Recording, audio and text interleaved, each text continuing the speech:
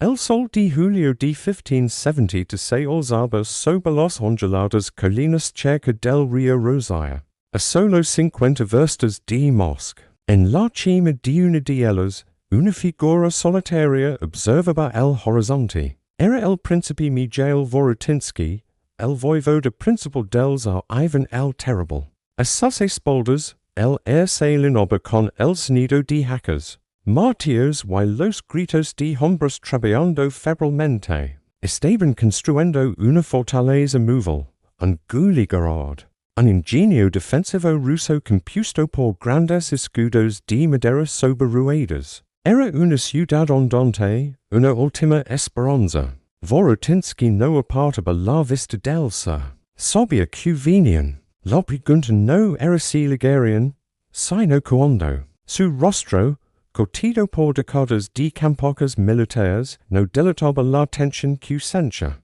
Cada golpe de martillo era una carrera contra el tiempo. El polvo se levantó a lo lejos, una nube que crecía rápidamente. No era la horda, todavía no. Era un vnico galopando a una velocidad suicida. El caballo, cubierto de espuma, casi se desplomó al llegar a la cima. El mensajero, un joven strelitz con el rostro pálido de pánico, se rodeó de la silla y corrió hacia el príncipe. Caía de rodillas sin aliento. Mi príncipe, Jadia, vienen todos. El can devlet gire. Ha cruzado el oca. San sin mil, tal vez más. Sarajevo ha quedado arrasado. Se dirigen directamente a Mosque. Nada los detiene. Un murmullo de miedo recorrió a los soldados que escucharon la noticia. 100,000. La cifra era casi inconcebible. Vorotinsky puso una mano firme en el hombro del joven. Tranquilo, hijo. ¿Has hecho tu diva? Ahora descansa. Pero sus ojos, al volver a mirar el horizonte, se habían endurecido como el acero de su espada. El momento había llegado. Inmediatamente, Vorotinsky convocó a su consejo de guerra en su tienda. Alrededor de una tosca mesa de compoca se reunieron los comandantes del pequeño ejército ruso. No eran más de 25,000 hombres en total, streltsy, casacos del Don, nobles oprichniki y algunos mercenarios alemanes. Una fuerza desesperadamente pequeña contra la María Tártara. La tensión en la tienda era palpable. Sigurs, comenzó Vorotinsky con voz grave y colmada, las noticias que temíamos han sido confirmadas. Devlet gire cree que el camino a Mosque está abierto. Ha dividido sus fuerzas, enviando a 20,000 hombres a asediar la capital mientras él, con el grueso de su ejército, viene aniquilarnos. Algunos comandantes palidecieron. ¿Dividas? Eso solo demostraba la arrogancia del Kan. Él nos cree atrapados, una molestia menos que aplastar antes de saquear la capital. Continuó Vorotinsky, señalando un mapa improvisado sobre la mesa. ¿Y es precisamente esa arrogancia la que será su perdición? Sus dedos se posaron en la colina donde se encontraban. No nos moveremos de aquí. Este es nuestro campo de batalla. Nuestro guligarad será nuestra fortaleza. El río Rosia protegerá nuestro flanco. Los tártaros tendrán que atacarnos cuesta arriba, exponiendo en nuestros cacones y arcabuces. Les daremos estrellas contra nuestros muros una y otra vez. Mira cada uno de sus hombres a los ojos. No luchamos por gloria, ni por botín. Luchamos por nuestra tierra, por nuestras familias, por la propia existencia de Rusia. Aquí, en esta colina, decidiremos el destino de nuestra nación. El plan era simple, audaz y desesperado.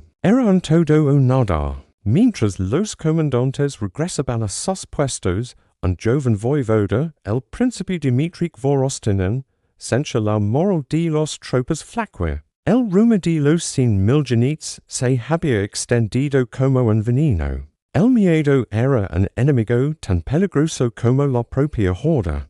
Vorostinin, leno di un fugo juvenal que contrastaba con la fria calma di Vorotinsky, solta sober un caro di suministros pericutodos pudiran velo. Hermanos, soldados di la Rus, suvos resonó en el campamento. Escuchéis los rumores, sentis el miedo en vuestro estómago. Os dicen que vienen sin mil demonios del ser aquiman vuestras cosas y levasan vuestras familias. Y que os digo yo, que vengan. Hubo un silencio sorprendido entre los hombres. Mirants, continuó Vorostinin, segalando a la multitud. Vio streltsi que defendieron Kazan. Vio casacos que no temen a nada ni a nadie. Vio guerreros que han sangrado por esta tierra antes. El miedo es para los débiles. ¿Somos débiles? Un grito de no. Surgió de la multitud, primero vacilante, luego más fuerte. El que nos desprecia. Cree que somos un rebaño de ovejas esperando el matadero. Cree que puede pisar vuestra tierra y levas lo que es nuestro. Se lo permitimos, él no se convirtió en un rugido atronador.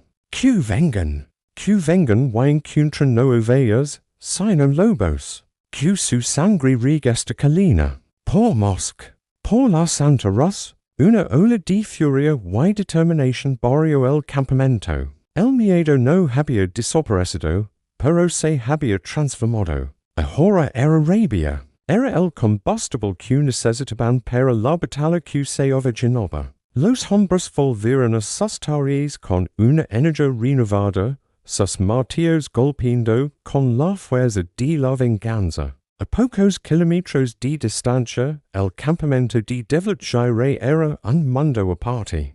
Un mar de luosas tiendas de seda se extendía por la llanura. El air olía cadero asado, a incienso y a la arrogancia del poder. En el centro, en un papel digno de un emperador, el que recibía los informes de sus exploradores. Estaba reclinado sobre cojines de seda, rodeado de sus bayas y merzas, queens rayan y bebayan cumes. Unos 20,000 rusos, mi sigor, informó un explorador, atrincherados en una colina como ratas asustadas.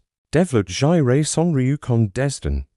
¿Ratas? Las ratas se casan. Ya he quemado 30 ciudades rusas. ¿Creen que un puñado de hombres en una colina pueden detenerme? He venido a elevar Mosc en mi silla de monta, como lo hice en 1571. Elsa Ivan se ha escondido en Novgorod como el cobarde que es. Me ha dado su reino como regalo. Uno de sus generales, Dive Mirza, un guerrero más corto, se atrevió a hablar. Mi sigor, el voivoda Vorotinsky es un comandante experimentado. Y su fortaleza de madera podría ser un problema. Él consulta una carcajada. Una fortaleza de madera, la quemaremos hasta los cimientos. Mis janits los rodarán y los mataremos de hambre waste. O mayor aún, los aplastaremos en un solo asalto glorioso. Mañana, mis 100,000 guerreros borrarán a este pequeño ejército del mapa. Y después, Mosc será vuestra. Sus iglesias serán vuestras mezquitas, y sus mujeres vuestras esclavas.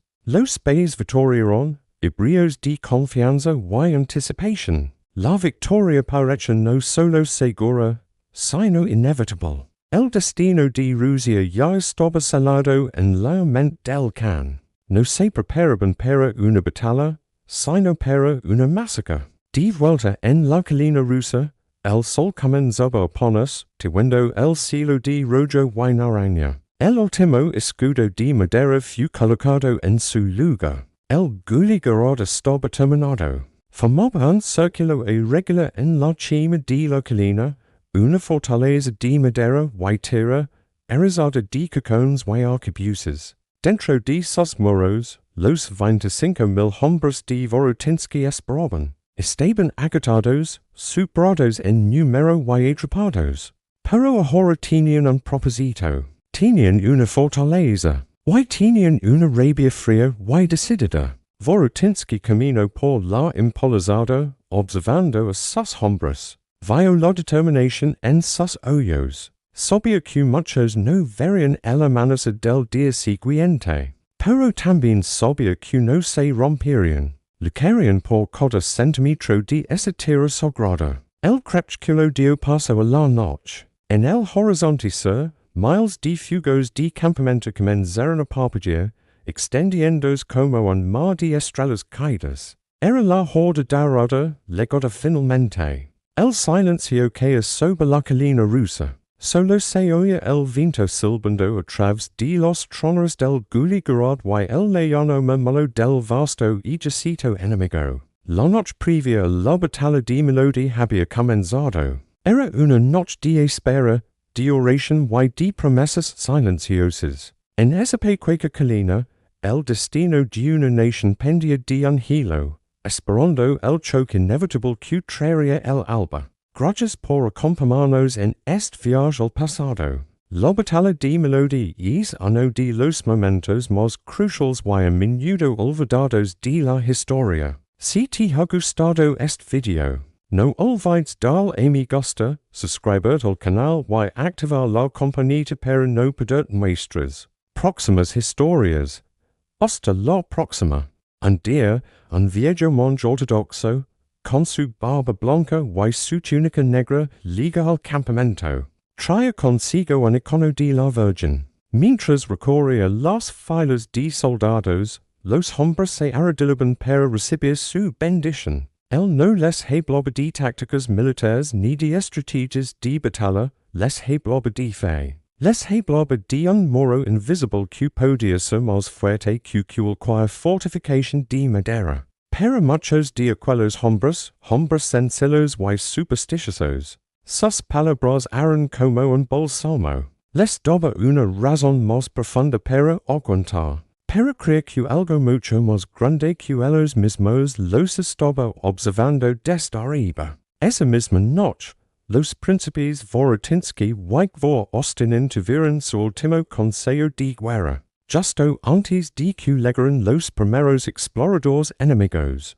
Bebieron agua de una misma vasija, no vino. La sobriedad era clave para lo que se avecinaba. Voratinsky miró su compañero, sus ojos fijos en las llamas danzantes de la fogata. Tal es la carnada, Dmitri, dijo con voz grave, saldrás, les mostrarás los dientes, les harás sangrar la nariz, y luego verás como si el mismo diablo te persiguiera. Tienes que hacer que se enfurezcan, que pierden la cabeza y cargan ciegamente hacia aquí. Kvorostinan asintió con determinación, sus dedos acariciando el pomo de su sable. Lo respondió. Los conducía hasta la misma puerta del infierno. Tal solo aseguré de abrirla de par en par cuando llegaron. Se dieron la mano. No fue el apretón formal entre un general y su subordinado. Fue un pacto solemne entre dos hombres que sabían perfectamente que sus posibilidades de vivir hasta el próximo mes eran mínimas. Era un pacto para sacrificarse, si era necesario. Con tal de que el otro pudiera dar el golpe final y decisivo. La mañana del 30 de julio amaneció extrañamente tranquila. Los pajaros habían dejado de cantar. Hasta el viento parecía habas detenido, como si contuviera la respiración. En lo alto de los almenas de madera, los ojos de cientos de asteriscos cargaban el horizonte hacia el sur. El sudapalaba sus frentes bajo los pesados caftanes. Los hombres de pica se ajustaban los yelmos, sus manos sudorosas alvaradas a los largos astas de fresno con punta de acero. La tensión era palpable. Fue un grito desde una torre de vigilancia lo que finalmente rompió el silencio.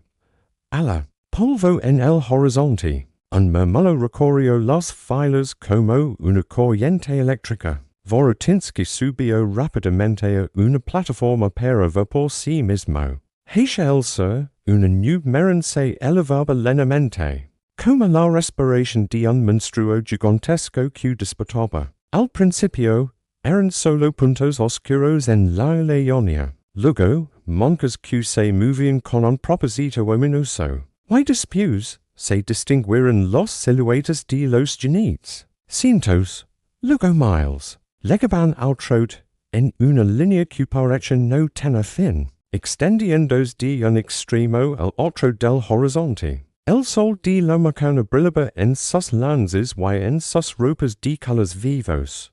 No había prisa en su avance. Era la maja segura y metódica de Queen's Creen que la victoria ya está ganada antes de que la batalla haya siquiera comenzado. Dentro del asterisk guligerad asterisk, la fortaleza móvil, un hombre joven, un asterisk strelets asterisk de rostro marcado por la viruela, comenzó a rezar en voz baja, sus labios moviendo sin sonido. El hombre a su lado, un veterano con una profunda cicatriz en la mejilla, le dio un codazo seco. Quadatus resource para más tarde, grug. Ahora, carga bien tu arma. Que el primo disparo la entra por un hoyo a uno de esos paros. Esa es una plegaria que Dios entiende. El joven asincha, troga saliva y comenzó a ver cuidado semante la pólvora negra en el cocuin de su pesado arcabuz.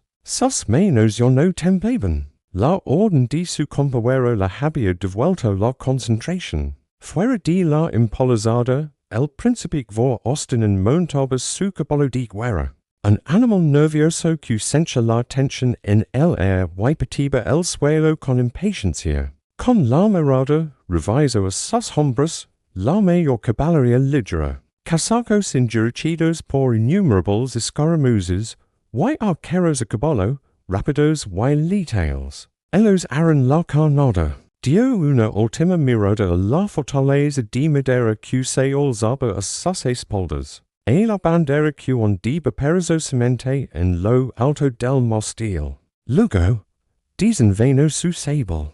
El metal produjo un sonido frío y claro que cortó el aire denso. Por la tierra, gritó, y su voz resonó por toda la colina. Hoy les recordamos que Rusia tiene dientes. Y con ese grito, salieron al galope detrás de la colina. Una pequeña nube de genites que se lanzaba directamente contra la inmensa marea que se acercaba. La batalla por la existencia misma de su mundo estaba a punto de comenzar. Y en ese momento, cada uno de esos hombres, desde el príncipe hasta el último soldado, sabía una sola verdad, detrás de ellos, solo quedaba el abismo. La nube de polvo se convirtió en un trueno sordo que crecía en intensidad.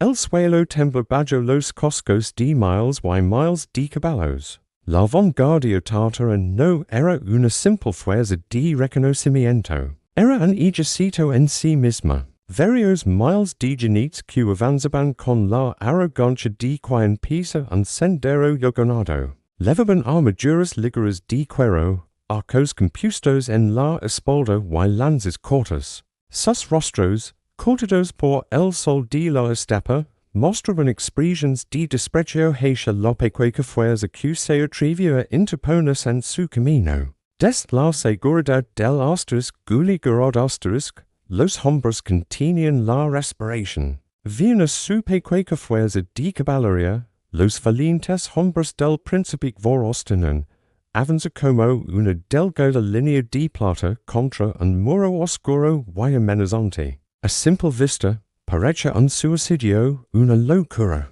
Pero Dmitri vor ostinen era un estratega astuto. No era un toro que embiste de frente, era un halcón que ataca con precisión. Justo antes de entrar en el alcance mortal de los arcos tártaros, dio una orden breve y tirante. Sus genites se dividieron en dos grupos ágiles, girando hacia los flancos como los alas de un pájaro de presa. En lugar de una embestida frontal, lanzaron una nube densa de flechas. Fue un roce, un pellizco rápido y doloroso, deseado para irritar más que para destruir. Los genites tártaros al frente se sorprendieron. Esperaban una carga desesperada o una huida inmediata. Esta provocación ágil y calculada los irritó profundamente. Un comandante tártaro, distinguido por un alto gorro de piel, gritó una orden furiosa. Un grupo de sus mayores genites se lanzó al galope para perseguir a los rusos, que ahora retrocedían de manera desordenada, como si el primer contacto los hubiera asustado y roto su moral. La trampa estaba tendida, era la carnada, y el pez había mordido con voracidad. Kvor simulando pánico, agita los brazos de forma exagerada. Sus hombres giraron sus caballos y emprendieron una huida descontrolada hacia la colina, hacia la fortaleza de madera que les esperaba. Pero no galopaban a toda velocidad. Frenaban de vez en cuando, se volvían para disparar algunas flechas más, provocando y enfureciendo aún más a sus perseguidores. Era un juego peligroso. Los tártaros, completamente enfurecidos por la insolencia, los persiguieron con una furia ciega. La distancia entre ellos se acortaba peligrosamente. El polvo levantado por miles de cascos era tan denso que desde el campamento ruso solo se veían sombras fugaces y relámpagos de metal bajo el sol. La cacería había comenzado. Kvor levaba la joya directamente hacia la boca del lobo. Dentro del ****, el príncipe Vorotinsky observaba, inmóvil como una estatua. Junto a él, un joven ****strelitz llamado Fyodor tenía el dedo en el gatillo de su arcabuz, blanco de los nudillos. Ahora, mi príncipe, ahora, susurra sin apartar los ojos. No, respondió Vorotinsky. Su voz un hilo de serenidad. Deja que se acercan. Que sienten el aliento de nuestra puerta. Los genites de Kvor pasaron como un vendaval por una abertura camuflada en la empalizada. Los spies de la colina. Los perseguidores tártaros, cegados por la ira y el polvo, llegaron justo detrás. Creían que los rusos huían para refugios tras los moros. No vieron la trampa hasta que fue demasiado tarde. De repente, la aparentemente sólida pared de escudos de madera frente a ellos se abría. No fue una puerta lo que abrió, sino la mismísima boca del infierno, donde había habido madera. Ahora había una línea de hierro y fuego. Los primeros fueron los pícaros, hombres robustos. Muchos de ellos campesinos acostumbrados a manejar horcas y palas, que ahora empujaban picas de 4 metros de largo. Bajaron los puntas de acero formando un erizo impenetrable. Los caballos tártaros, al galope, no pudieron detenerse, se ensaltaron en los largos lances con un ruido horroroso. Animals y genites gritaron al unísono, cayendo en un montón sangriento que frenó en seco la carga. Entonces, liga el trueno. Una descarga de arcabuces estalla desde los troneros del *****. El estampido fue ensordecedor, una única explosión de muerte. El humo gris y eca llenó el aire de inmediato, ocultando la visión. La metralla de plomo silba como un enjambre de avispas mortales. Los genites tártaros que venían justo detrás de los primeros, aquellos que no se habían estrellado contra los picas, fueron barridos de sus monturas. Caballos sin genite corrieron despavoridos. Hombres cayeron al suelo con gritos ahogados. El silencio que siguió al estruendo fue casi más aterrador. Solo se oían los gemidos de los heridos y el crepito de la pólvora en los cajones. El humo se disipó lentamente, revelando el desastre ante los muros. Decenas, quizás cientos de cuerpos, se amontonaban en un espacio pequeño. El ataque relámpago se había convertido en una carnicería en cuestión de segundos. En la retaguardia tártara, el comandante que había ordenado la persecución palideció. No era posible. Era una fuerza pequeña, una molestia. ¿Cómo habían hecho eso? La rabia se apoderó de él. Una rabia imprudente. No podía regresar ante él con esta humiliación. Gritó nuevas órdenes. Rio grupo a sus hombres.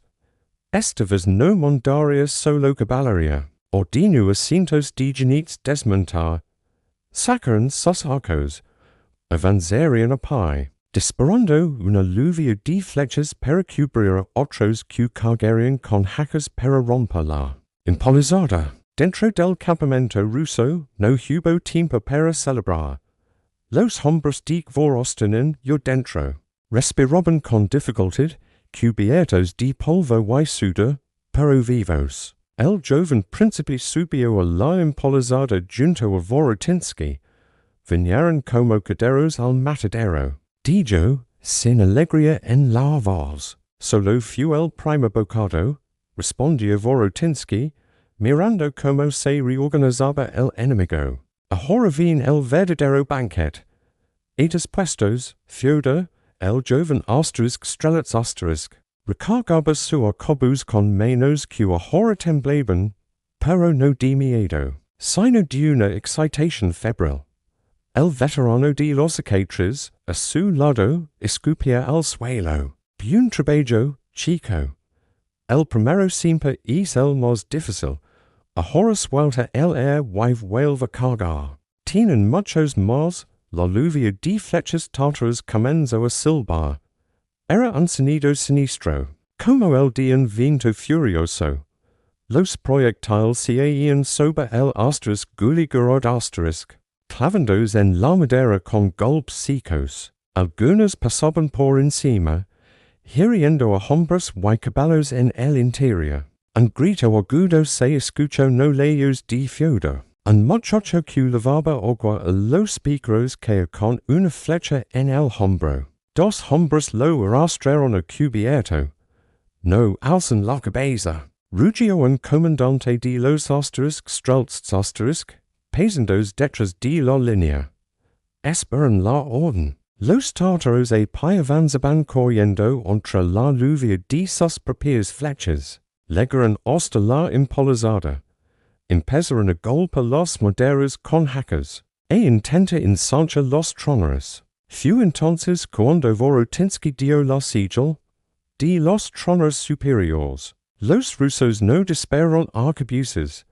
Rodearon agua hirviendo y aceite caliente. Los alaridos de los atacantes se mezclaron con el silbido de las flechas.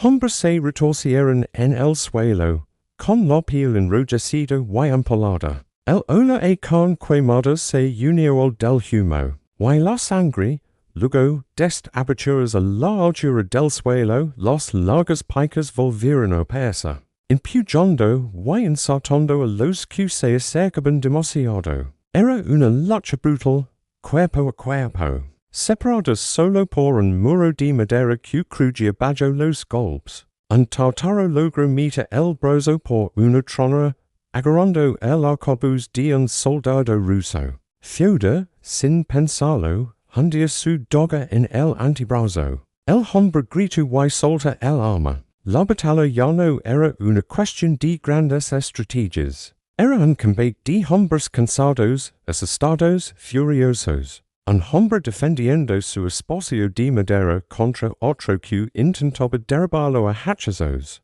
Los rusos tenían la posición, pero los tártaros tenían los números. Y apenas estaba comenzando. Desde lejos, en una loma desde donde observaba, el comandante tártaro vio como su segundo asalto también se deshacha. Su rabia se enfrió, convertida en una fría determinación. Hizo sepas a un mensajero, vi con el Kan, dal que aquí no hay un hueso duro.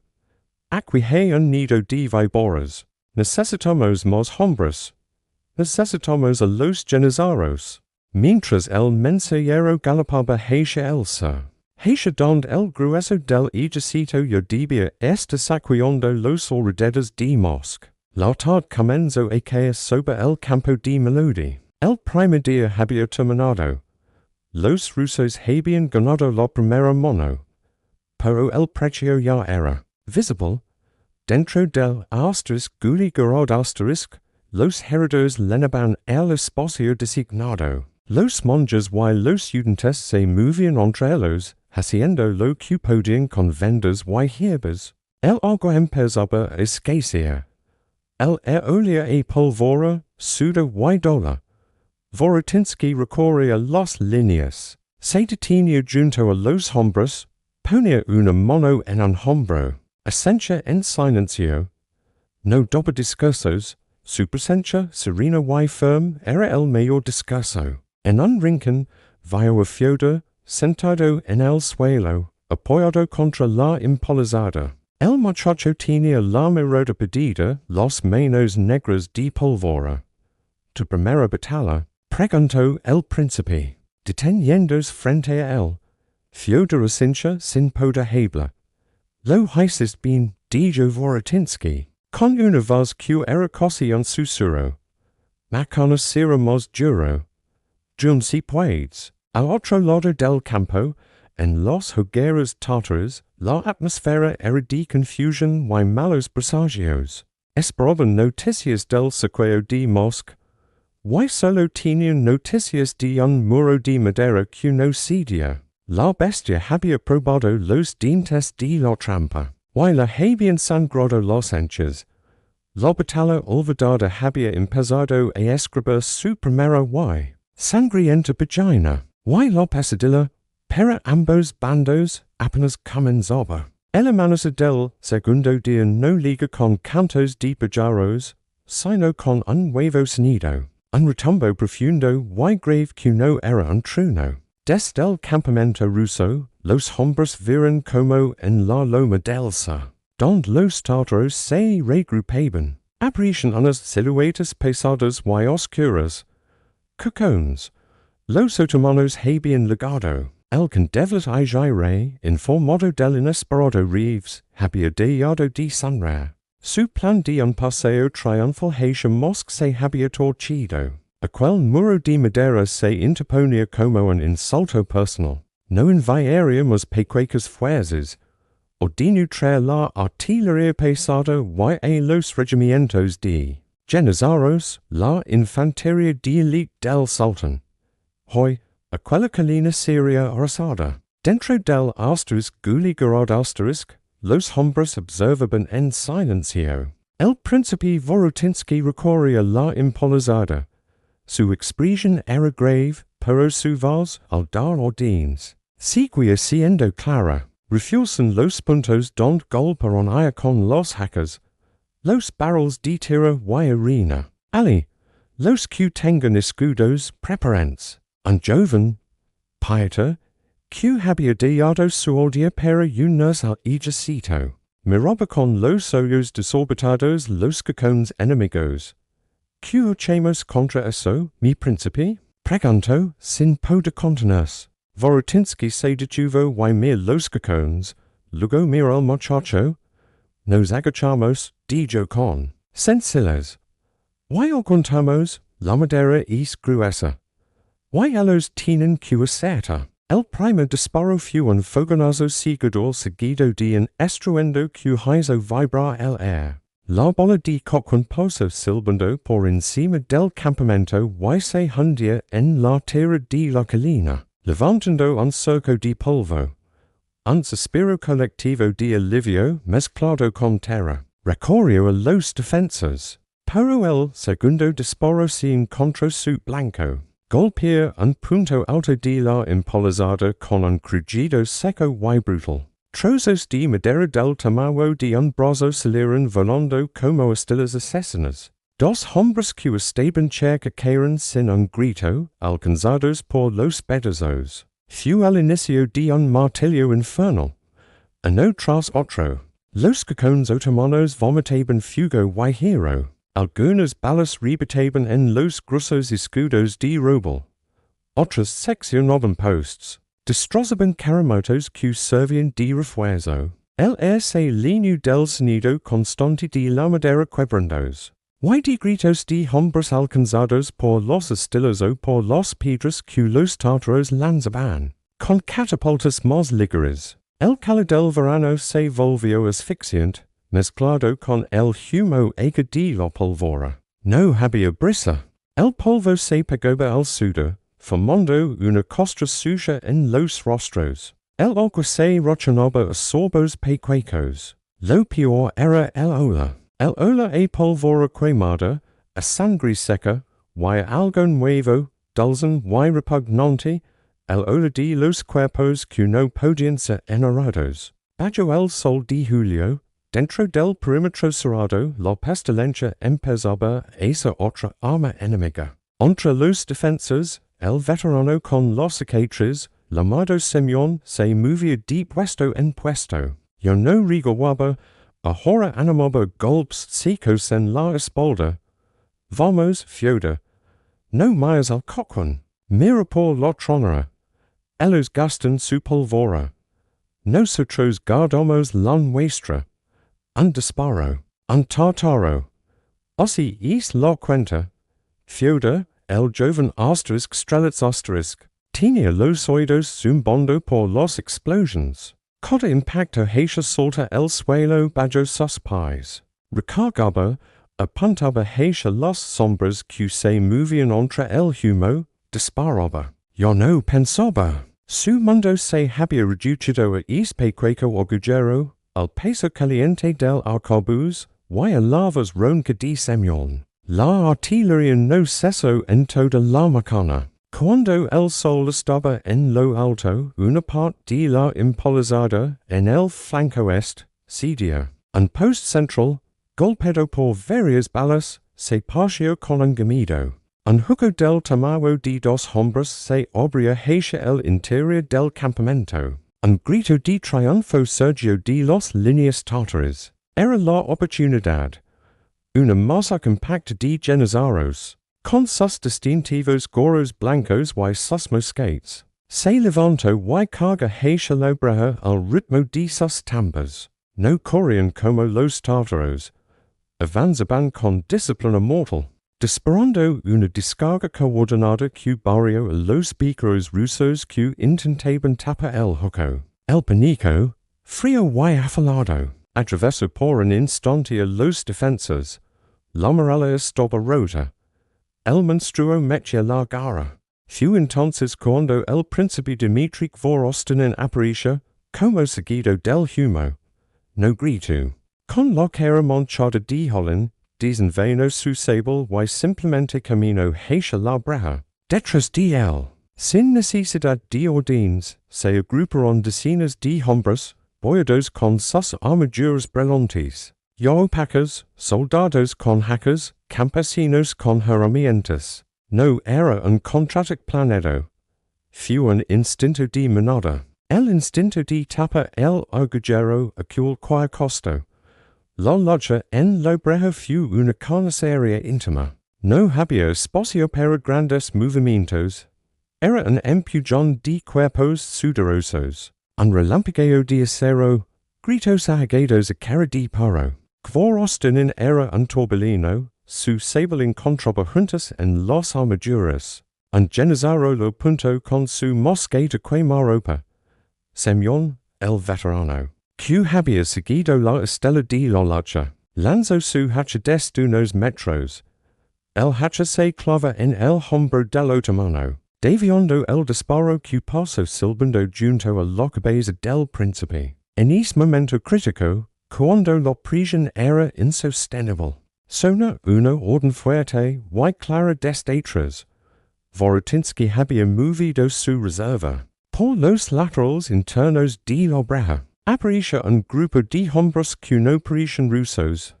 Eran más altos, con bigotes largos y armaduras de estilo extrago, mercenarios alemanes, asterisk lanzknechts asterisk. Expertos en el combate con picas largas y enormes espadas a dos manos. No dijeron una palabra, simplemente entraron en la breja en formación compacta. Sus picas, más largas que los rusos, impidieron a los generados que ya estaban dentro. Luego, los hombres con las espadas a dos manos dieron un paso al frente y empezaron a golpear. No eran cortes finos. Eran golpes pesados, brutales, que partían huesos y atravesaban armaduras. El impetu del ataque otomano se quiebra de repente contra ese muro de hierro y furia extranjera. La breja no se recupera. Ese día, pero se contuvo, Los generados se retiran, dejando un montón de sus muertos, entremezclados con los rusos y alemanes. Cuando los tambores otomanos cesaron, solo quedó el jadeo de los exhaustos defensas. De pie entre los cadáveres, sosteniéndose unos a otros, la tarde que es sobre un escenario dantesco. El asterisk guligarad asterisk hervia de moscas. Los heridos lenaban cada rincón de sombra. Los monjes ya no tenían vendas limpias. Un sacerdote con la voz ronca recitaba oraciones por los moribundos. En el centro del campamento, Vorotinsky y Vor-Ostinin se encontraron. El joven príncipe tenía un corte profundo en el brazo, vendado con un trapo sucio. No podemos aguantar otro día. ¿Cómo est? Murmuró Vor-Ostinin, su energía de halcón finalmente apagada por la fatiga. Vorotinsky. Me hecha el ser, donde los hogueras enemigas empezaban a incendiarse, iluminando las siluetas de los cacones. No lo haremos, respondió, con una chispa extraña en los ojos cansados. Macana, cambiamos. Macana, ya no nos limitamos a aguantar. Mientras, en el campamento tártaro, la frustración del condeviled Ejército era un fuego que consumía su razón. Había desplegado sus mayores armas, sus soldados de élite, y aquel maldito montón de madera seguía en pie. Sus comandantes discutían en voz baja. Algunos hablaban de rodear el lugar y seguir hacia Moscú. Pero Devlet no podía. Aquella espina debía ser arrancada. De alla atrás sería una humiliación eterna, una sigil de debilidad. Macana anuncia su voz un silbido de ira. Macana comprometió todo. Todo. La guardia personal desmontara. Todos atacaremos. No quiero un huco. Quiero esa colina arrasada, pulverizada. No dejaré ni un solo ruso con aliento para contarlo. La luna iluminó dos campamentos sumidos en el agotamiento y el dolor. En uno, el ola a muerte y la desesperación silenciosa. En el otro, la rabia ciega y el cálculo erróneo de un hombre que, por orgullo, estaba a punto de cometer el peor error de su vida. La batalla olvidada había encontrado su punto de quiebra. El límite entre la resistencia y el exterminio era ahora tan delgado como el filo de un sable. El amanecer del cuarto día, el de agosto, era extrañamente silencioso. Los cacones otomanos no rugieron. No se escucharon los tambores de los generados. Des los maltrechos almenas del asterisk guligarad asterisk, los hombres observaban, desconfiados, con los nervios hechos trizos por el silencio. El air, cargado de humo y pestilencia, parecía estar conteniendo la respiración. El príncipe Vorotinsky, que no había dormido, estudiaba el campamento enemigo a través de un estrecho hueco. Lo que vio hizo que su corazón, cansado de batir con calma, diera un vuelco. No era un repliegue, era una concentración. Una masa inmensa de hombres y caballos se agrupaba frente a la colina, en el mismo lugar donde habían fracasado los asaltos anteriores. Pero esta vez era diferente. Vio los estandartes personales del Kan, los más grandes y vistosos. Vio a los jinetes de su guardia personal, los más temidos, desmontando. Vio como los últimos regimientos de generados se alineaban junto a ellos. Todos. El enemigo estaba reuniendo a toda su fuerza, a todo su orgullo, para un solo golpe masivo y definitivo. Un plan desesperado, que había rondado la mente de Vorotinsky desde la noche anterior, se volvió de pronto claro y frío como el hielo. Era una locura que podía ser su única salvación. Dio media vuelta y buscó con la mirada al príncipe Vor-Ostinin, que dormitaba apoyado contra un barril. Al tocarlo en el hombro, el joven se despertó al instante, los ojos inactados en sangre pero alertas.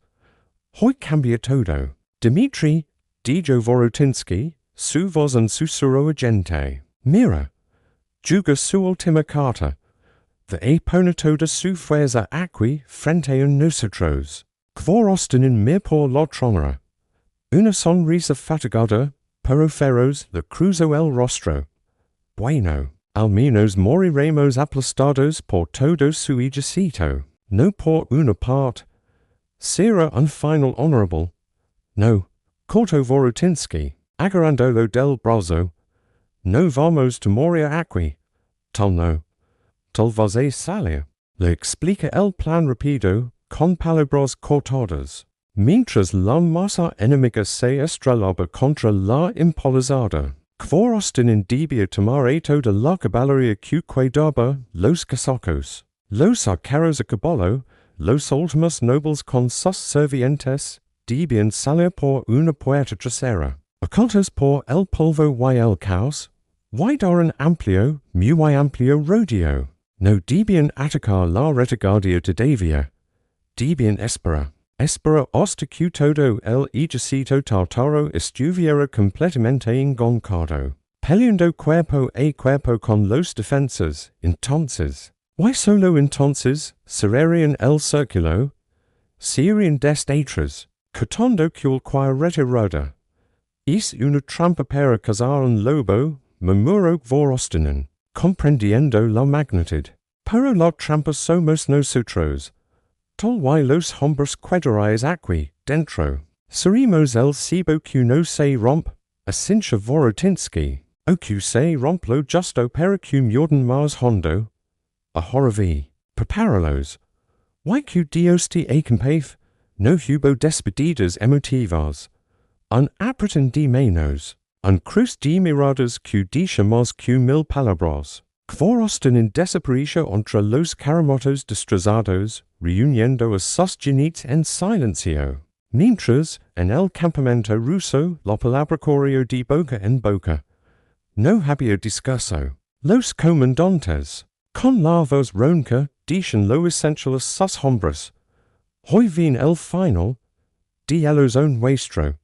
Nos quedamos, aguantamos, no importa lo que pase, no retrocedemos ni un paso. Detrás nuestro ya no hay tierra rusa, solo el vacío. Fiuda, el joven strelitz, escuchaba. Junto a él, Semyon, el veterano, afilaba su hacha con una piedra. El sonido era lento, metódico. ¿Crees que funcionará lo que se que planean? Preguntó Fiuda, su voz quebrada por lost. Semyon dijo de fila. Mira al muchacho. Funcionó no, chico. Hoy tenemos un trabajo esencial.matar. Mata hasta que no quede fuerza en el brazo. El resto no es asunto nuestro. Entonces, el silencio se rompió. No con un coconazo, sino con un alarido. Un solo grito, seguido por 100,000. Era el grito de guerra de toda la horda de Crimea, mezclado con los gritos de los otomanos. El suelo comenzó a temblar. No era la carga de la caballería. Era el avanzapai de una maría humana. Una ola oscura de carne, metal y furia que subía por la colina. Esta vez no había tácticas. No había oleadas. Era todo de una vez. El impacto contra la empalizada fue como si una montaña se hubiera desplomado sobre ella. La madera crujió y gemía por todos lados a la vez. Los picos rusos se hundieron en los primeros cuerpos, pero eran demasiados. Los impidieron, los astillaron. Los arquebuses dispararon a quemarropa, abriendo claros sangrientos que se ahogaban en un instante. Los tártaros y genazaros escalaban los cuerpos de sus propios caídos. Para llegar a lo alto de los escudos,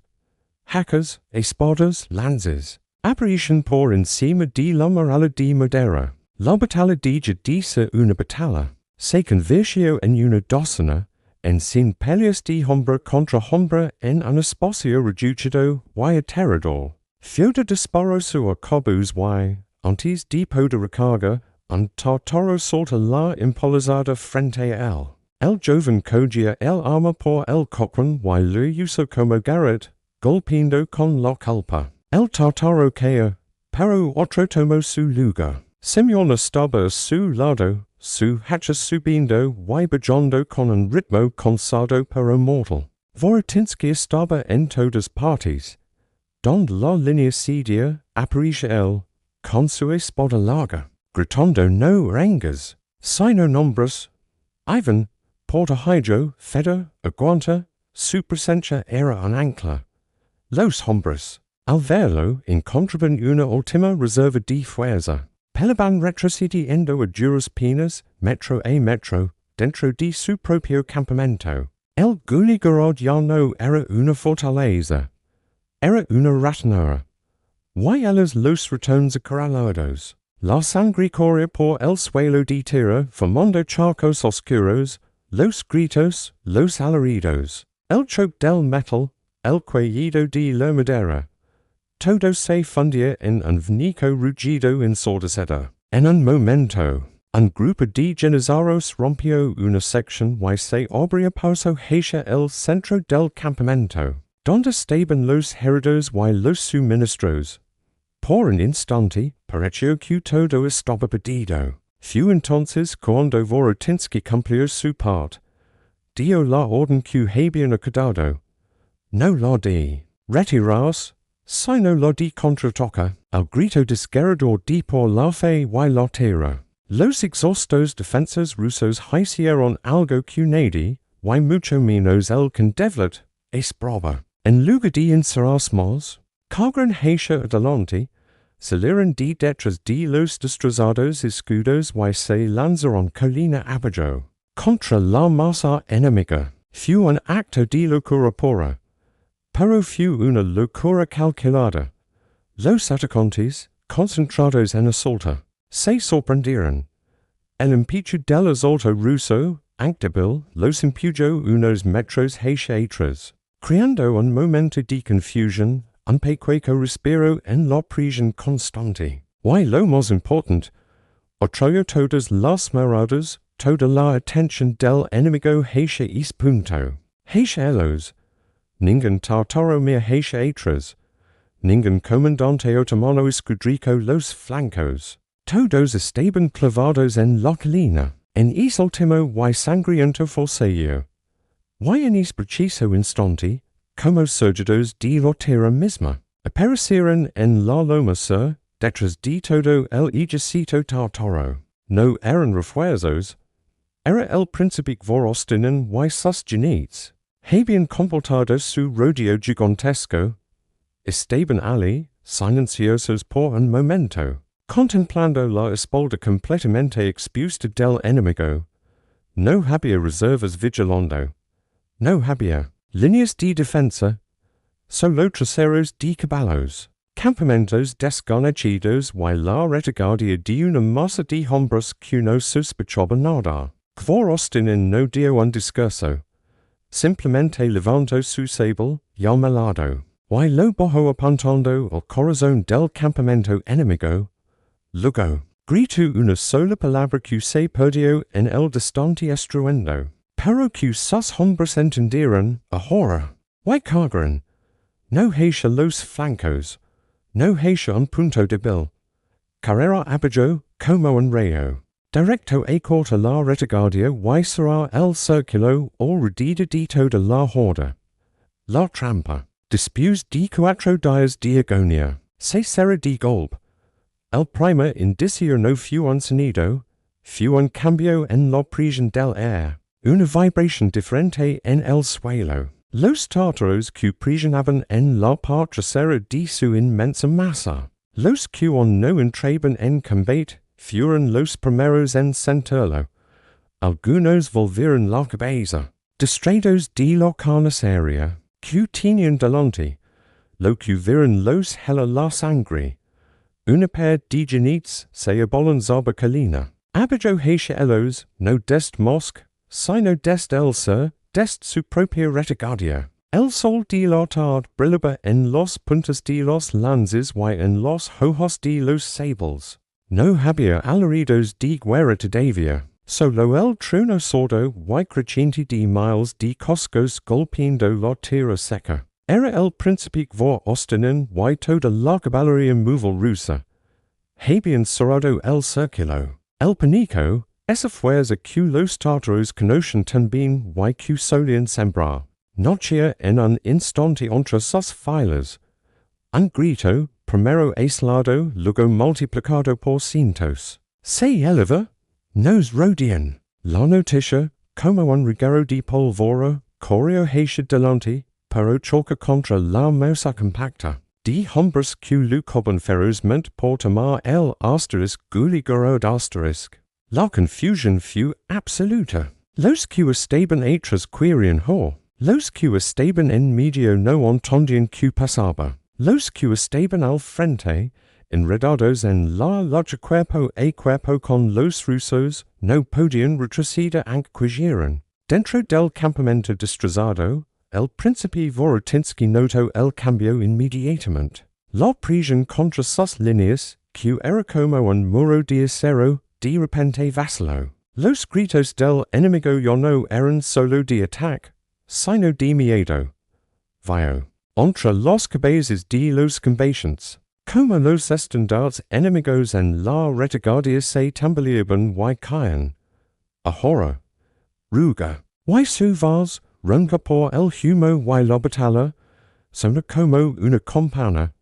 Y por todos, los exhaustos defensores rusos, que un momento antes luchaban por cada palmo de tierra, encontraron una fuerza que no sabían que les quedaba. Con un grito colectivo que salía de lo más profundo del alma, cargaron hacia delante, ya no se defendían, atacaban, sables, hackers, picas rotas, garrotes, cualquier cosa servía. Fue el golpe de martello. Los tártaros y generados se encontraron atrapados en una bolsa de muerte. Delante, los rusos de Vorotinsky enfurecidos y renacidos, detrás. Los jinetes de vor-ostenen que cargaban implacables, quitando cualquier ruta de escape. Y en los lados, la empalizada destrozada y el terreno elevado de la colina. No había por donde escapar. La batalla de un combate se convirtió en una carnicería, en un aplastamiento. La disciplina del Ejército de Crimea se desintegró.